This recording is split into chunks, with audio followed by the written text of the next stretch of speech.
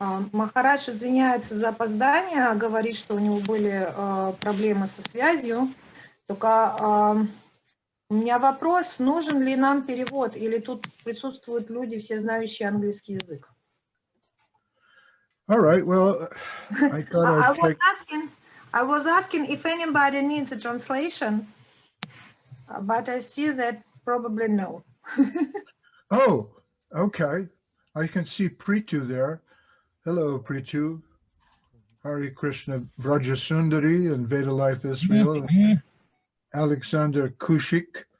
Well, I thought I'd talk about something very simple. And I'm sure you've all heard these things before. Just a moment. Just a second. Yulia Mukayeva is writing that she doesn't know English rather well, so well, I'll tell you what, let's do this in English, all right, because English. My time is limited, and Okay. It's strange for me to stop and start for so much translation. So perhaps you can make a translation later. Okay? Okay. Because everybody here speaks English, so why not? All right? Okay, and we are recording you, Machaiyogi Prabhu, okay?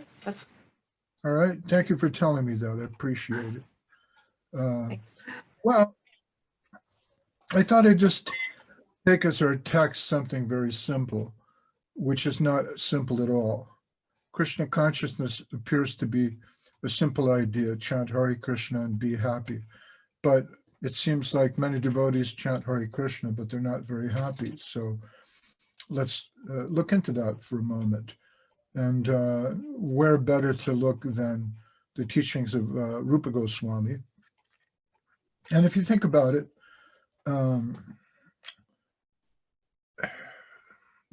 there's an interesting word in Sanskrit, sampradaya, it means school. So we take it that we are Rupanuga Bhaktas, we're following in the line of Rupa Goswami. But Rupa Goswami is true to Chaitanya Mahaprabhu. His teachings follow the line of Sri Chaitanya. So you should be able to find what he says in the instructions of Chaitanya Mahaprabhu. And he's written a book called the Upadeshamrita. It's interesting, it's only 11 verses long. And yet the commentaries on that may go hundreds of pages. So Rupa Goswami was a great teacher because everything he says is very full of meaning. And in the first verse of the Upadeshamrita, I'm sure you all know, I learned this when I first came to the Krishna consciousness movement in 1976, about 45 years ago. This is what they taught all the new devotees.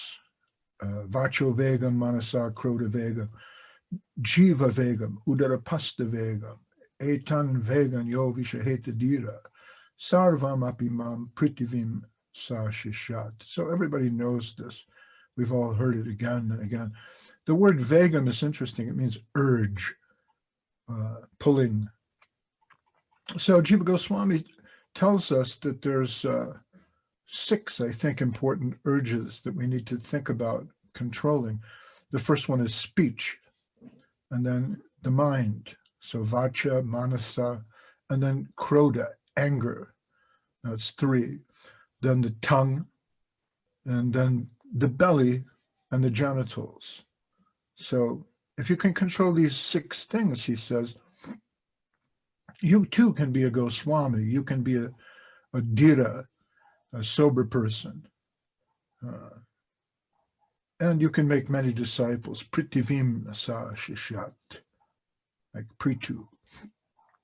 Pritivim, throughout the world, you can make many disciples. Why? Well, people will be astonished that you're capable of controlling these things. But our goal is not to make many disciples. So you may think, well, I don't need to have a lot of disciples. I don't need to control these things. But it's a very simple idea and very powerful idea at the same time. Controlling the tongue, the mind, anger. He says vacha and jiva, these are two different ideas. One is speech and the other one is the tongue, because in a sense, the tongue is one of our most important organs. We use it to communicate, but we also use it to enjoy. So controlling the enjoyment of the tongue and controlling our language. These are two very important ideas. Two different ideas, but they proceed from the same organ, the tongue. And then also controlling the belly and the genitals. Well, this is a tall order. See, Srila Prabhupada asked us to follow 4 regulative principles. No eating of meat, fish, eggs, no gambling, no intoxication of any kind, and avoid illicit sex. It's a tall order. It's not a very easy idea. But you can find a very similar concept in the Shikshastakam of Sri Chaitanya Mahaprabhu, where he says, Trinata Pisuni Chena Chora Pisa Hishnuna Amanida Manadena Kirtaniya Sara Hari. If you want to chant Hare Krishna, then you have to be humble and you have to be tolerant. And this is a very tall order. It's difficult. Sometimes we're told, well, humble to who? It really means to be humble to the Guru and the Vaishnavas. And this is true. If there's a conflict where your Guru is telling you, chant Hare Krishna publicly, and some authority says you can't chant Hare Krishna here, well, then you're humble to the order of your Guru. But so if these things come in clash, we want to try to be humble to Guru and Vaishnava. But at the same time, humility as a general principle is being recommended by Chaitanya Mahaprabhu. He doesn't say, be humble only to the people in the temple. Be humble only to your spiritual master. He's telling you, as a general rule, this is a good idea. And who's the example of humility in the pastimes of Sri Chaitanya? It's Haridas Thakur. Haridas Thakur is told to stop chanting Hare Krishna. And he doesn't, so he's not humble there. But when he's being punished for chanting Hare Krishna, he takes his punishment. He doesn't take up arms against the Qazi. Haridas Thakur does not organize the other devotees with knives and sticks to come against the Muslim authorities of the day. He very, very humbly tolerates all the religious persecution that comes against him. So the idea of being tolerant is really personified in Haridas Thakur also, because he's the one who always chants Hare Krishna. He's the Namacharya. He can chant Hare Krishna 24 hours a day. So if you want to see an example of humility, you can look to Haridas Thakur for that. But how do we come to this position? How do we develop the control over speech, over the mind, over anger? These are very difficult problems. We control our speech by avoiding what's called prajalpo, and prajalpo means unnecessary idle talk. Generally, prajalpo takes the form of gossip and criticism of others. So we have nothing interesting to say, and we develop a rumor or a conspiracy theory, or we talk about other people. My grandfather used to say there's 3 types of people in this world. There's those who speak about things, and then there's those who speak about other people, and then there's those who speak about ideas. And I've always preferred to hold discourse with those who discuss ideas. So one way to control your speech is to try to talk about Krishna, to try to talk about God. If you can't talk about Krishna, you can talk about God. If you can't talk about Krishna and God, you can try to speak the truth. Brahmins are known for being truthful and speaking the truth. And there's a particular yogic siddhi where whatever you say comes true. And it's interesting because if you practice only speaking the truth, you'll find that one day your speech becomes predictive, that everything you say will become true because you're so affectionate towards the truth that nothing else comes from your mouth. So when you speak of the future, it tends to be true. So we're told by the Vedas, I forget, Satyam Bruyam, I forget the Sanskrit, Prithu would know.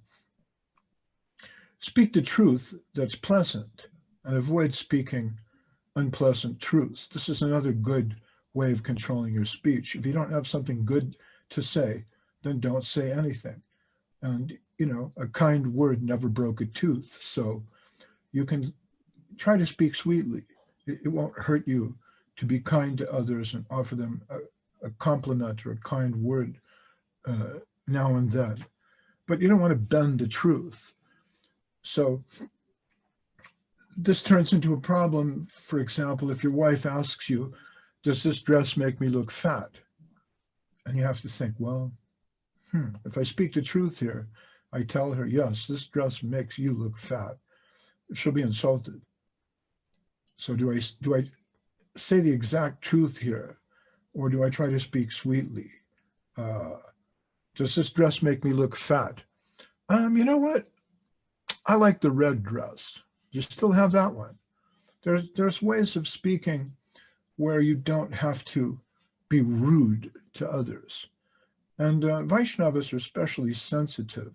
So we need to be careful about being rude to other devotees.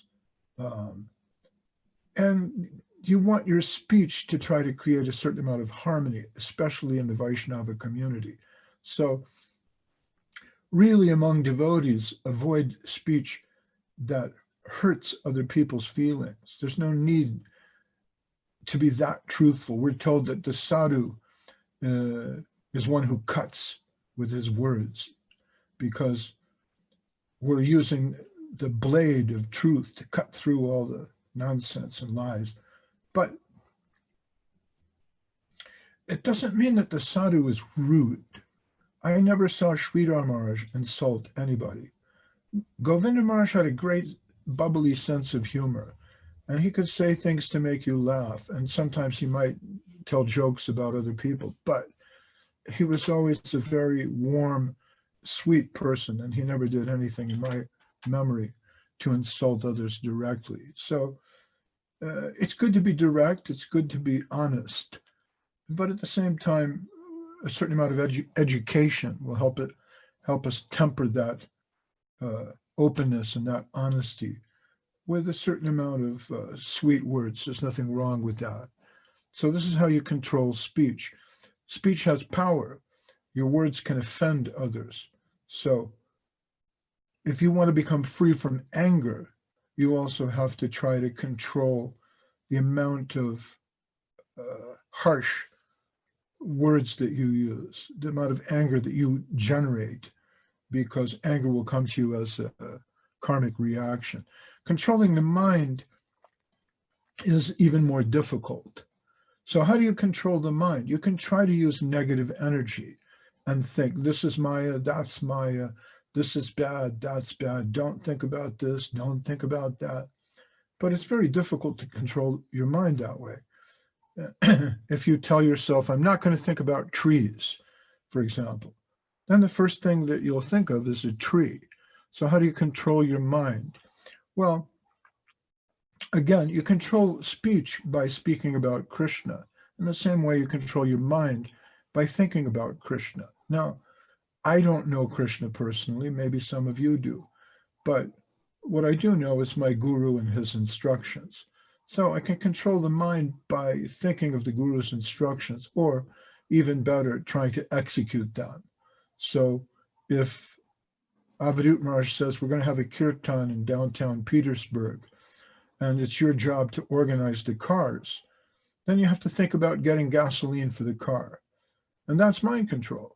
Now you're not thinking about temptation. You're not thinking evil thoughts. And by, gradually, you train your mind to think about things in a more positive way, to remember Krishna and his instructions, the Guru and his instructions, and develop a certain kind of adhikar. The mind is busy working with the senses. The senses tell you, oh, look at this, listen to that. And the mind tells you, I like this, I don't like that. But we control the mind through intelligence and by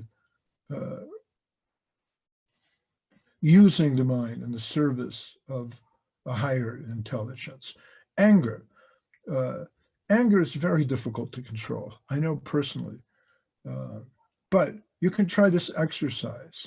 I'll give this to you as homework.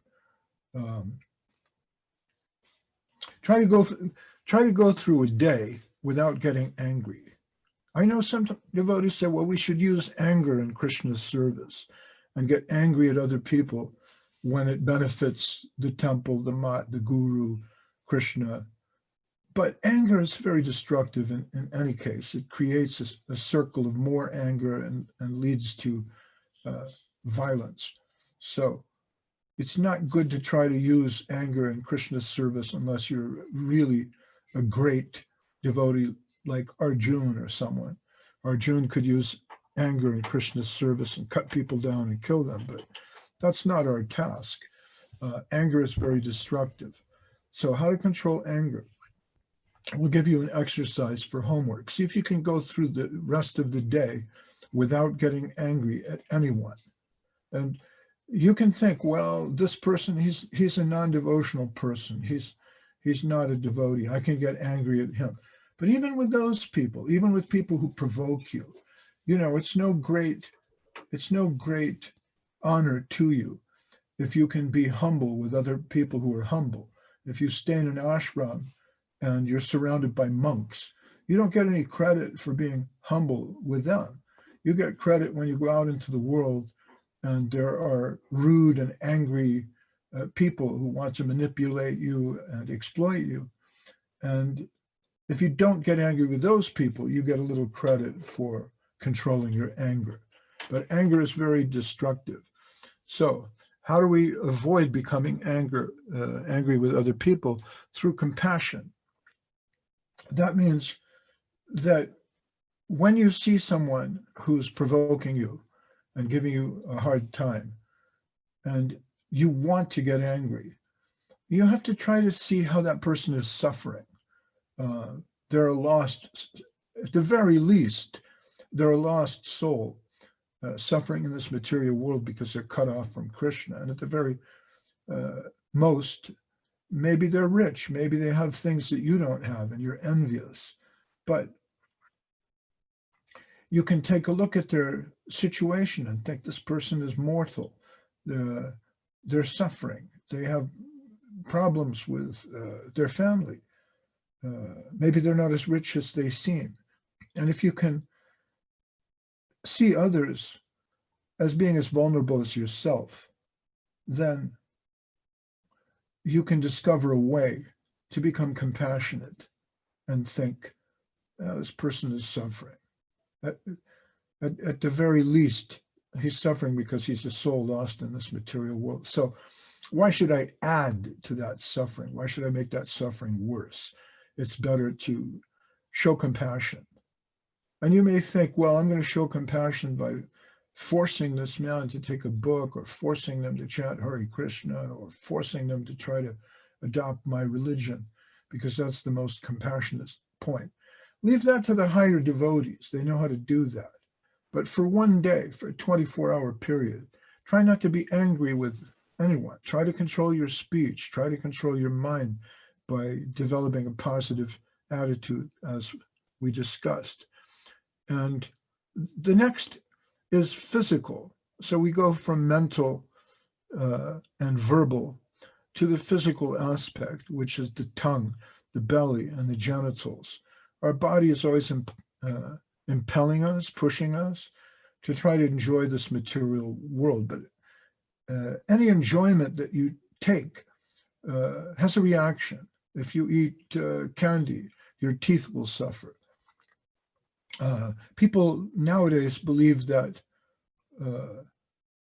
sex is fun and you can have as much sex as you want. Why not? After all, God gave us a penis and a vagina and all these things. Why not enjoy them? But a wise person understands that every action has a reaction, and sex also has a number of different reactions, especially sex that's not really sanctioned by the society, illicit sex, adultery, all these things, they lead to problems. Broken families, divorce, unsatisfied children, and if at the very least you have to consider pregnancy, sexual diseases, all these different problems. Sex is not simply a fun recreational activity, but if done correctly, it should lead to children. And children are a responsibility. So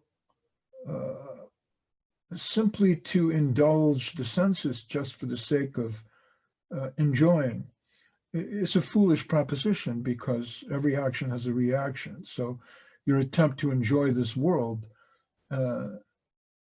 will result in some kind of suffering. It's inevitable. If you fill the belly with rich food, then you'll have a bellyache. If you drink rich drinks, you'll become intoxicated. All these things have effects in the liver, the stomach, different organs.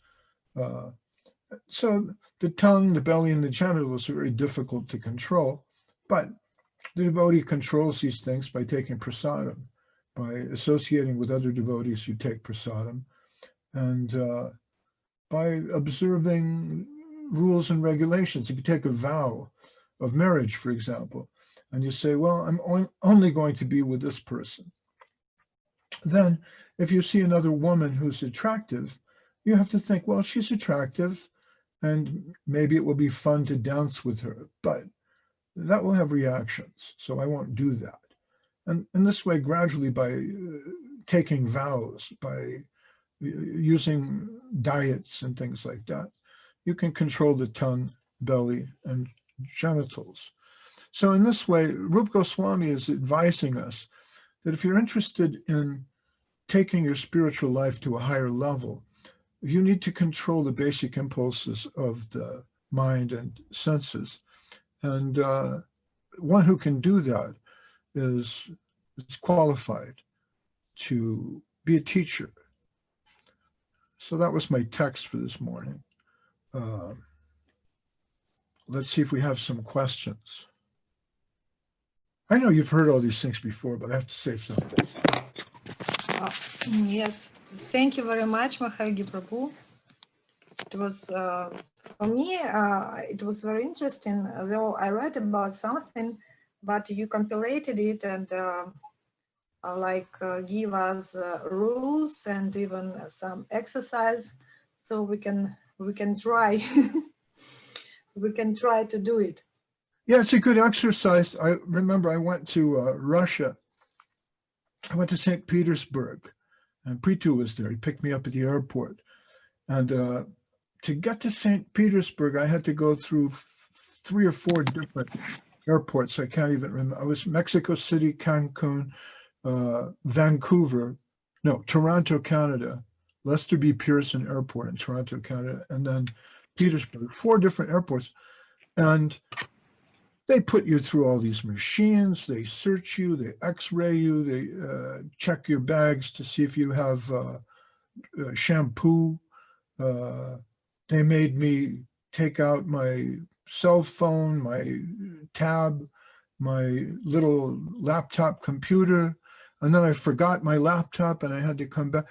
They do all these different things to you to make you crazy. Then you have to stop and wait for 2 hours, then go. Then another security check, then immigration check. And at one point, I told myself, I'm not going to get angry. I got furious at something, and I was like, why are these people, why are they? And then I thought, no, we're not going to be angry. And I went through 2 airports, and I didn't get angry. And I thought, wow, that's amazing. And then I got to Petersburg, and I wasn't angry. And this way I went through 3 weeks.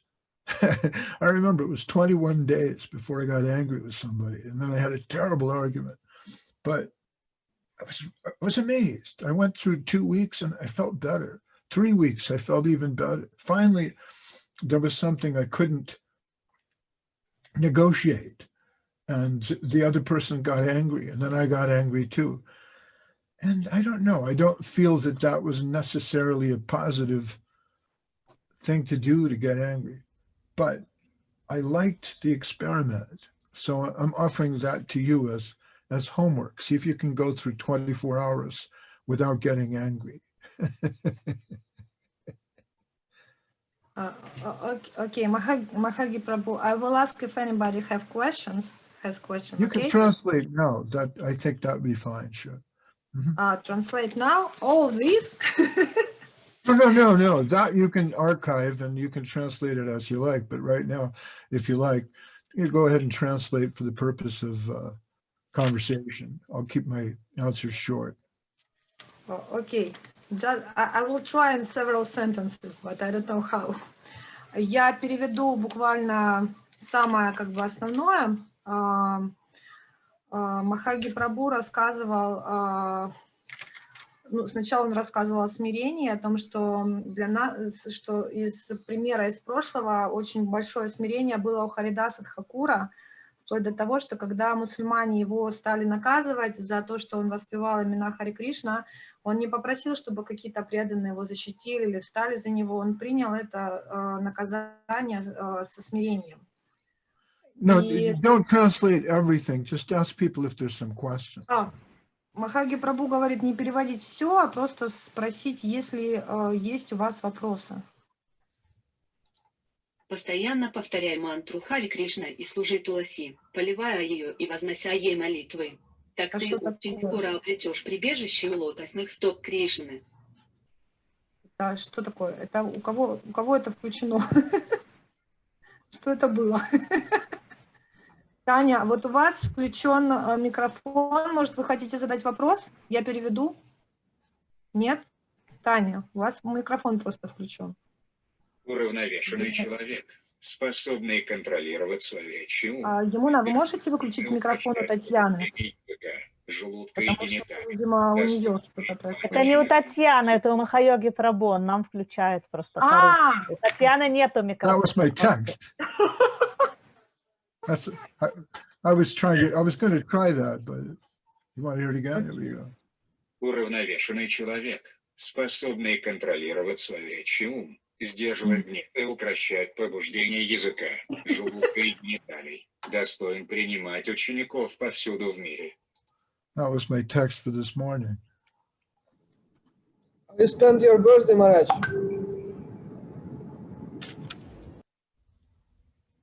Yeah, so Jiva Goswami, what Rupa Goswami says, control these things, your speech. So it's very difficult to control your speech. Try it, I think it's easier to control your anger, but the best rule for controlling your speech is silence. Махайоги Прабху, have you tried to practice Mauna? Mauna, it is when you are not speaking at all during some time. Yeah. Now, Yes? Yeah, of course. I live in Mexico, so my Spanish is not 100%. And I work at a university, so sometimes when the other teachers are speaking in Spanish and so on, if they have a conference, I just stay quiet. Also, if I'm in Russia, right, and there's Avadut Maharaj and Prithu, I'm just so Yeah, be quiet and chant Hare Krishna. It's a good rule.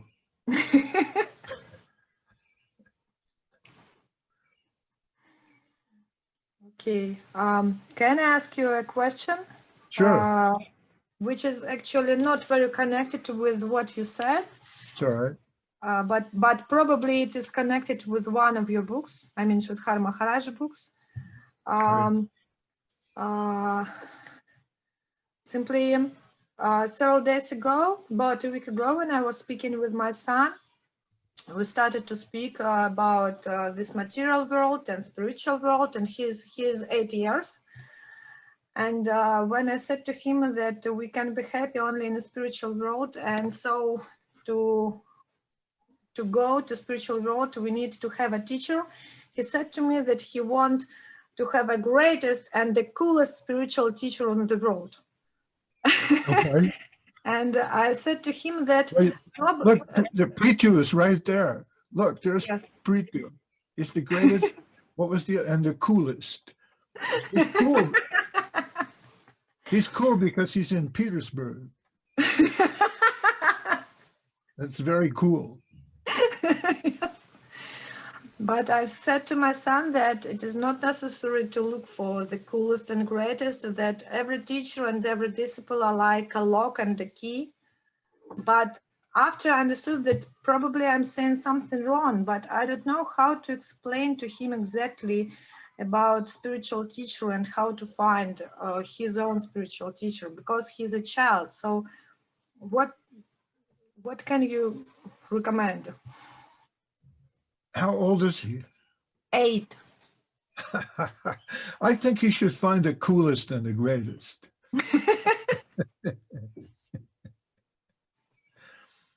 You know, why settle for less? As you get older, you're happy with, as you say, every teacher is like a key. You know, as you get older, you can understand there are many teachers. Everyone could be my teacher. If I'm in a supermarket and I'm in a hurry to get back to the temple for the arti, and I say, come on, get out of my way. And somebody in front of me tells me, be humble. Then that person is my guru. He's repeating the teaching of Sri Chaitanya, so he's my guru. Later on in life, you understand more people can be my teacher. Everyone can be my teacher. I work as a teacher, and what they tell you is they say, learn from the students. And sometimes I think, what can they teach me? I don't want to learn from them, but it's true. I've learned a lot from my students. I don't learn the things that they think they're teaching me. But for example, Zoom, I can do this because of my students. They taught me how to do this. They told me, teacher, get on Zoom. We want to learn like that. I don't know how to do that, but they taught me. So your students need to become your teachers also. Look at the relationship between Sridhar Maharaj and Govinda Maharaj. Who's the teacher? At one point, Sridhar Maharaj, he's asking questions. What do you think about this? And Govinda Maharaj is giving some instruction. Well, I think we should do this way. And Sridhar Maharaj says, yes, do it like that. So we need to be flexible. But when you're 8 years old, you want the best teacher and the coolest. Right?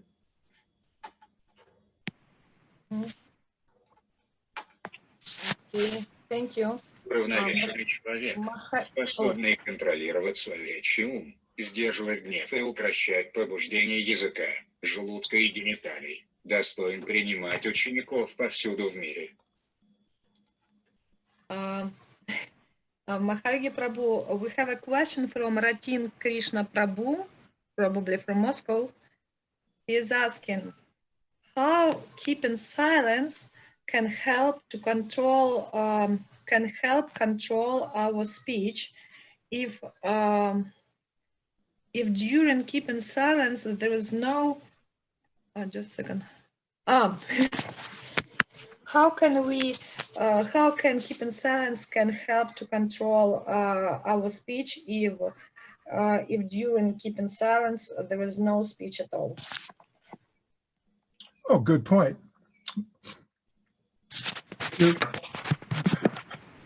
We don't recommend silence. We recommend Krishna Katha. But if you can't say anything, if your speech is all negative, you can begin with silence. Rather than, you can control negative speech by not speaking. But this is primitive. This is more Buddhistic. If the question is, my speech is offensive, then silence will be helpful. But try to develop a more positive way of speaking. Speak about Krishna. Repeat, but silence will teach you to avoid negative speech. I don't recommend a vow of silence. I think it's very difficult. I can do it. Sometimes I see it's helpful, but it's very negative because it goes towards tyag or renunciation. And whenever you try for extreme renunciation, you'll get the reaction. So I don't really recommend a vow of silence. There are monks in the United States, the Trappists. You have them in England, the Cistercians, and they take a vow of silence, but they go around with a little pencil and a piece of paper, and they're writing things down all the time. So I guess the idea is if you don't have anything good to say, then remain silent. It's a golden rule. But that's not what is meant by when Rupa Goswami says Vacho Vegam, he means control the urge to gossip, put it that way. Avoid prajalpo. Prajalpo means we're talking just for the sake of talking. And since we have nothing good to say, we start talking about other people's divorce and their marriage and who's having sex with who, and then everyone listens. Oh, sex, I heard him say sex. Wow. But that's not positive speech. So Rupa Goswami tells us, try to control that.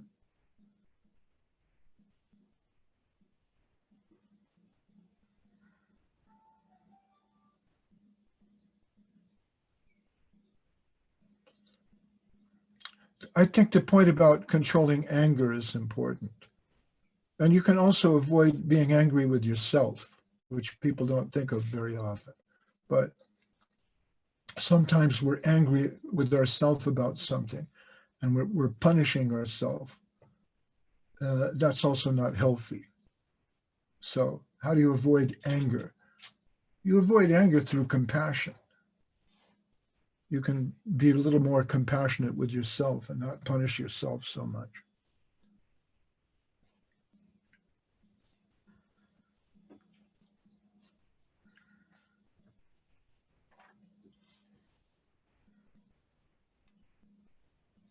I can't hear you. Yes. Thank you. Thank you very much, Ratin. Krishna Prabhu also is writing that he, thank you. And yes, it's very difficult to be compassionate towards yourself sometimes. Yes, because you think, well, I'm a sinner. Mm-hmm. That's part of being, devotees like the idea of being humble. So humility involves criticizing yourself, but you shouldn't be so critical that you want to commit suicide or something. If you think, oh, I'm so bad, I'm bad. I'm bad, I'm bad. You know it, but you're not that bad. Somebody said, Somebody told me, I'm bad, I'm the worst.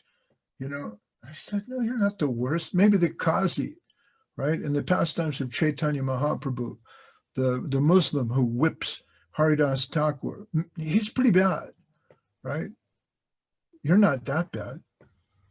So, you know, if you're a devotee of Krishna, it means you're trying. Srila Prabhupada used to say, if you're hunting, you should hunt for the hippopotamus, because if you miss, at least you can tell people, well, I was going for the hippopotamus. A great man is known by his ideal. So we have the highest ideal.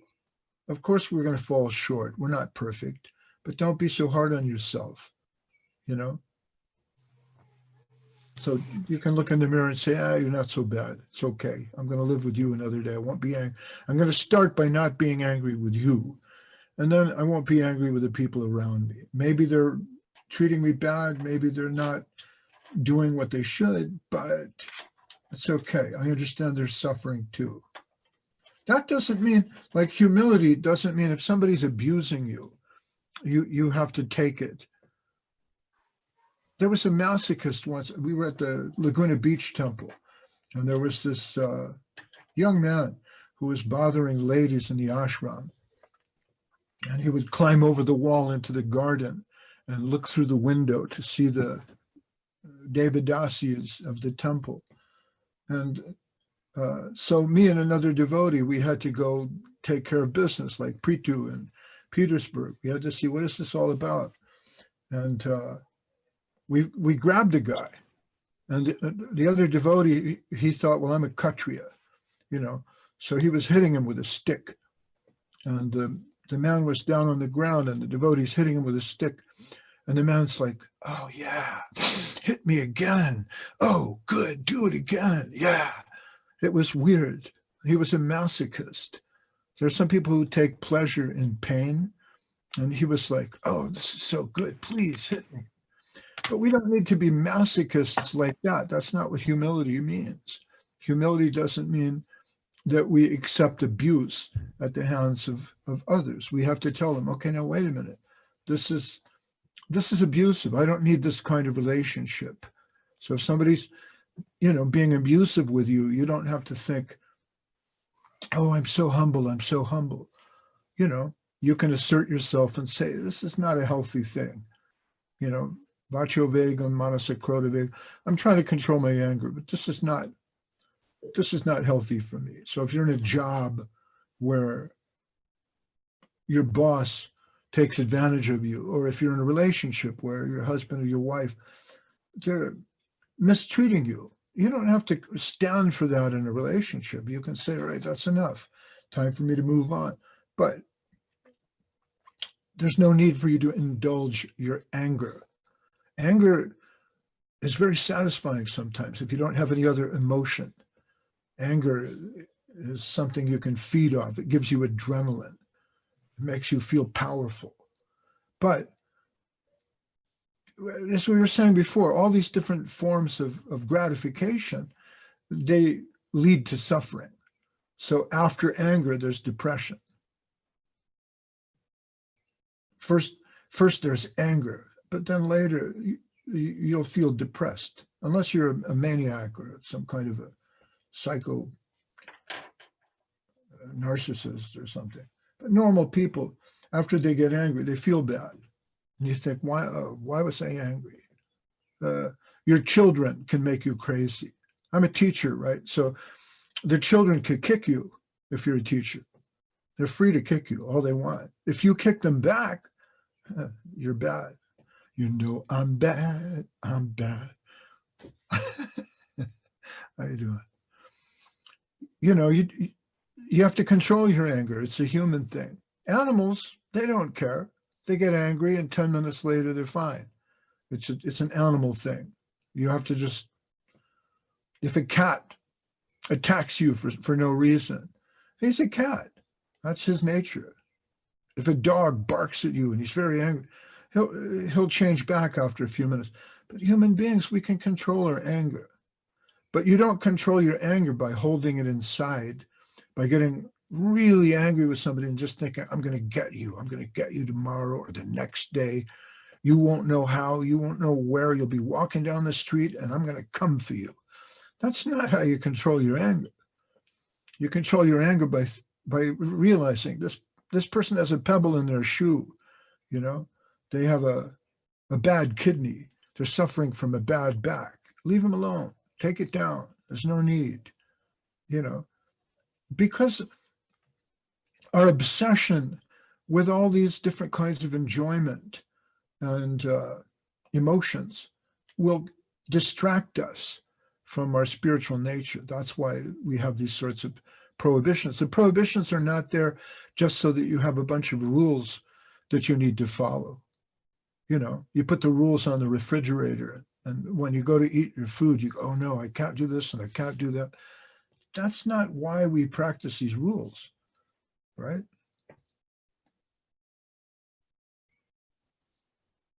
I want to say hello to Pritu. How are you?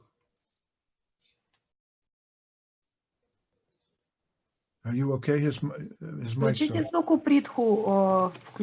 Притху, пожалуйста. Are you there, Pritu? Yes, Maharaj, I'm here. How's the weather in Petersburg right now? Plus, all the snow is melted. So the snow is melted. Yeah. No jingle bells. Всё замерло до утра. Oh. Yeah, one day. One day. Okay. But I cannot see from here, Maharaj. I'm close here, isolated from all others. Good. Got corona. Insulated. Okay. And are you doing Vedalife? And I see a big thing. It says Vedalife 12. I don't know. Is that now? I don't know. Vedalife 26, 5, 25, 26, 12. Oh, okay. So for Christmas, you're doing Vedalife? I'm not. Yes, it will be Veda weekend. It will be Veda Veda weekend here in Israel. Yes. Okay. A small one. Anyways, this is my challenge to you, right? They say a good teacher should leave a challenge for his students. My challenge is go 24 hours and don't be angry. Right? We will try. Try. See if it works. And then, you know, you can check yourself. You can go, well, okay, why did I get angry there? What was the point? You know? And if you're really interested in this, you can, on your calendar, you can put a green point for today. I didn't get angry today. Try it again tomorrow. How many green points can you accumulate? I did it for 21 days. Wow. Yeah. I finally got angry with Satya Sundar. You know, Satya Sundar. Yeah. But when you have 3 little children, it can be very difficult. Try it for 10 minutes.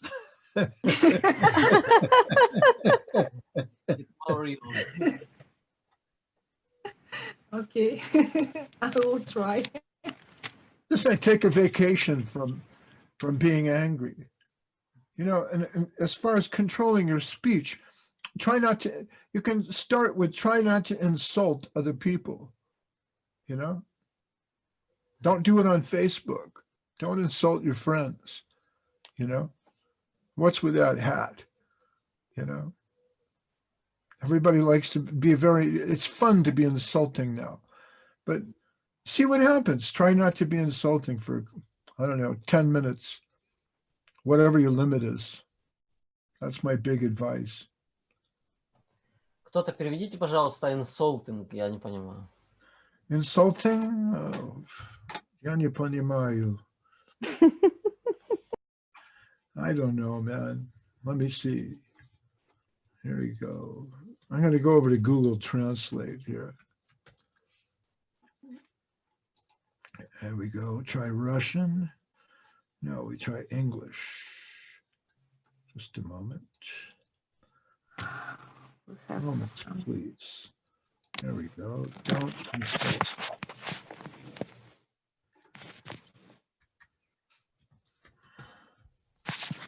Okay, I have ni oskorbiatie. Ni Yes. не Не оскорбляйте. Не Не оскорбляй. оскорблять. Угу. Окей. Не оскорбляйте. М. Не оскорбляйте. You like that? Yes. I did that for you. Huh? Thank How you. about, yeah. Говорит сладко. I'm working. It's too late in my life to try to learn Russian, you know, but I speak a little. Говорит сладко. Говорит сладко. Говорит сладко. Говорит, Говорит сладко. right. Говорит сладко. Okay. Not because you're trying to flatter others, but as an exercise, you know. Don't be it's hard for me because when I speak sweetly, people think that I'm being sarcastic. It's just the way, it's my face and my eyebrows and everything. They think this guy's being sarcastic. If I say, говорит сладко, it's sarcastic, you know, but it's not. I'm trying to be good boy. Человек, how do you say? How do you say good? Хорошо. Хороший человек.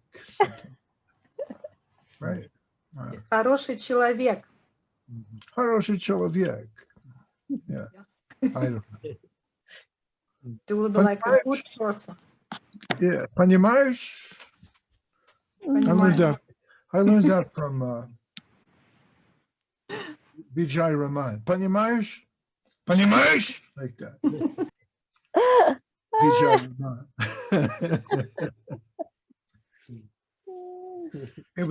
We were in the car with Pritu once, and he's talking to Pritu about something.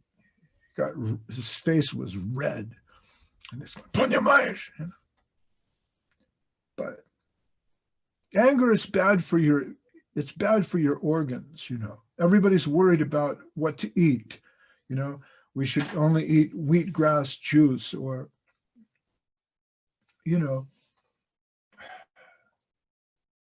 we're all very concerned about the food that we eat, but anger is really bad for your heart, for your liver, you know. So that's why I like what Rupa Goswami says there. I think about that particular verse a lot. It's a good one. You know, at the end of the book, he's talking about Radha Kund, you know. But if you cannot control your anger, how are you ready for Radha Kund? I don't know if you folks understand my English. If you understand my English, go like this. Okay. Yeah. All right. Cool. Well, that was more than an hour, ladies and gentlemen. So we'll read the verse. We'll read the shloka. Again, unless you have any more questions. I thought that was a pretty good shloka. Right? Есть у кого-нибудь вопросы еще? Нет? Махайоги Прабху собирается заканчивать. Если ни у кого нет вопросов, он хочет прочитать одну шлоку. Не понимаю. Asked if anybody has any questions. Okay. But everybody is keeping silence. Everybody's happy. I gave you something to think about, so try the homework. Okay. You know? We'll read this, and this is Tatiana. Tatiana says, Уравновешенный человек, способный контролировать свою речь и ум, сдерживать гнев и укрощать побуждение языка, желудка и гениталий, достоин принимать учеников повсюду в мире. Okay, and in English we say, Vacho vegam, manasa kroda vegam, jiva vegam, udarapasta vegam, etan vegan yo vishaheta dira, sarvam apimam prithivim sasishat. A sober person who can tolerate the urge to speak, the mind's demands, the actions of anger, and the urges of the tongue, belly, and genitals, is qualified to make disciples all over the world. That was our text for today. Thank you very much, everybody. I have to go, so I have to talk to somebody. I'm going to talk to some devotees in Izhevsk at 11 o'clock. Pritu, are you going to be there? You are. Okay, so we'll see Pritu again. And everybody else, well, talk with Rajasundari Didi. Thank you to Vedalife-Israel and Alexandra Kuchik and Shania and all the good people out there. Hare Krishna and Hari Bol. It's time for me to say goodbye. Thank you. Thank you very much. Он выключил. Всем спасибо. Спасибо, Враджа Сундари, за организацию. Джай. Махайоги Прабху ки джай. Джай. Все, выключаем. Притху, здоровья. Всем здоровья. Выздоравливайте обязательно, Притху, выздоравливайте. Спасибо большое также Притху за... Спасибо. Я походу выздоровел. Что? Осталось уточнение.